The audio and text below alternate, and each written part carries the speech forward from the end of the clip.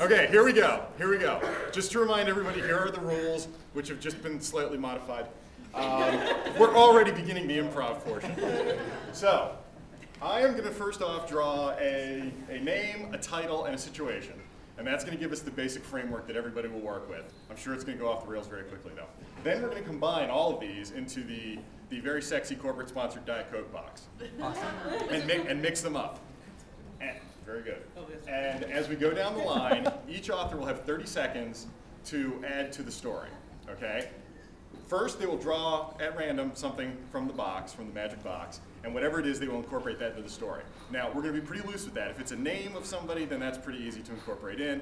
If it's a situation, that's pretty easy. If it's a title, we can't keep changing the title of the story, so they can use that however they want. They can make it a line of dialogue, they can make somebody talking about a book titled, whatever, but they just have to somehow incorporate whatever they draw, okay? Does that make sense, guys?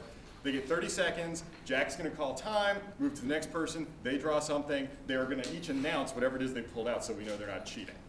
Because authors are notorious cheaters. And we're running an honest game here. The rules of YA improv short story round robin state that the author must be true to whatever they draw. So, these are handed down by the Marquis of Queensberry, it's not my rules. So, how long am I giving you?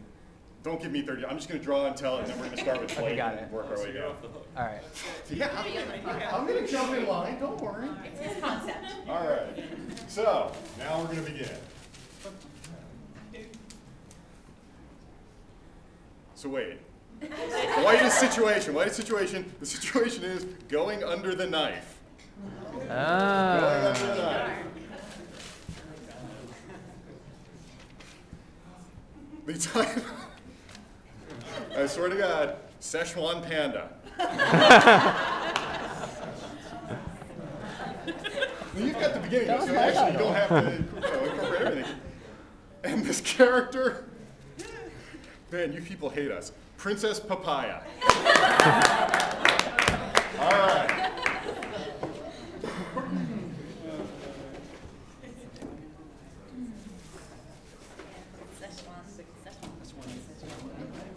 I think it's a title in there. Oh, did I? All right. Well. Wait, pull out a title. That would be fun. Well, that's good. Szechwan Panda. All right. The making of Szechwan. The title has to be something. You know it, don't you? Mr. Nelson? All right.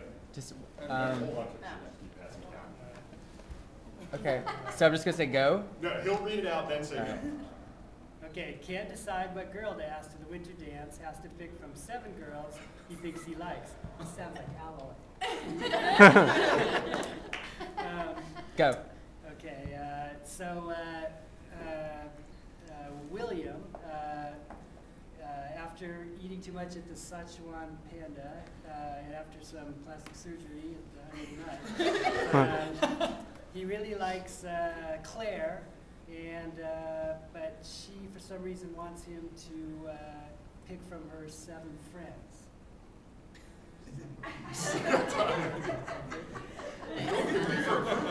Time. Okay, situation. Kids, Go. Oh, sorry. Go. Stop. Kids find out their parents are secret agents. Go. So, Claire's pretty cute, but you know she doesn't have it going on the way this girl Vanessa Macablaba has it going on. So he decides to sneak over to Vanessa's house. But when he gets there, he notices the house looks very strange. The windows have cardboard on them, and he peeks inside and he sees her parents, and they're sitting there, and they're dressed up in these James Bond outfits, and they're sharpening some really sharp knives. Time.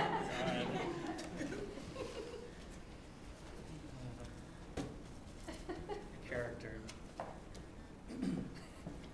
Tipsy McStumble. Start. So William gets the hell out of there. He doesn't care about Claire. He wants to check out Tipsy McStumble. She's really, really hot. So and she lives a street away. Despite seeing the parents with the knives, he's forget her.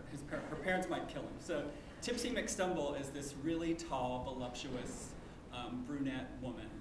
And so he knocks on her door, and when she answers, Tipsy is shirtless, but she Time. doesn't have breasts.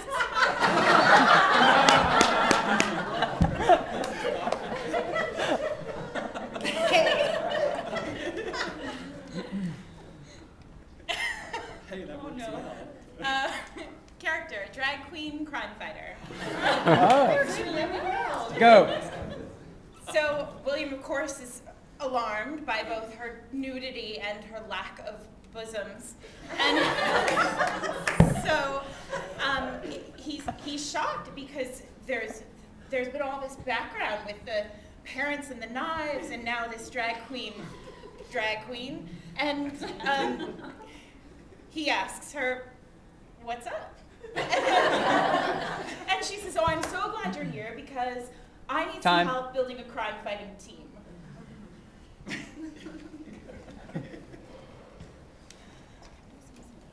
So, the situation is embarrassing picture posted on Facebook.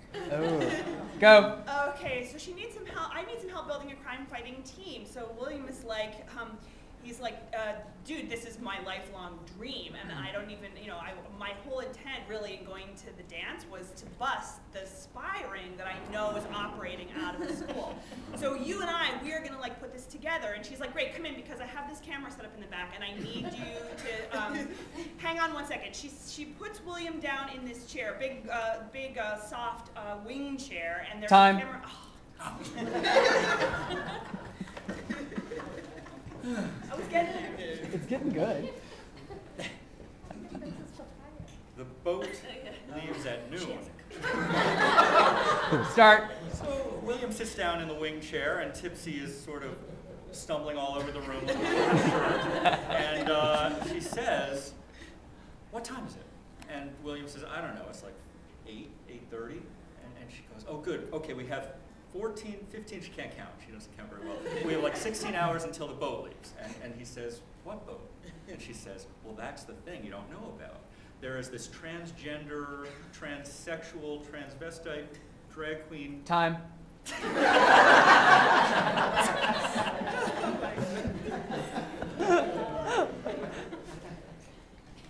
Oh, skinny dipping.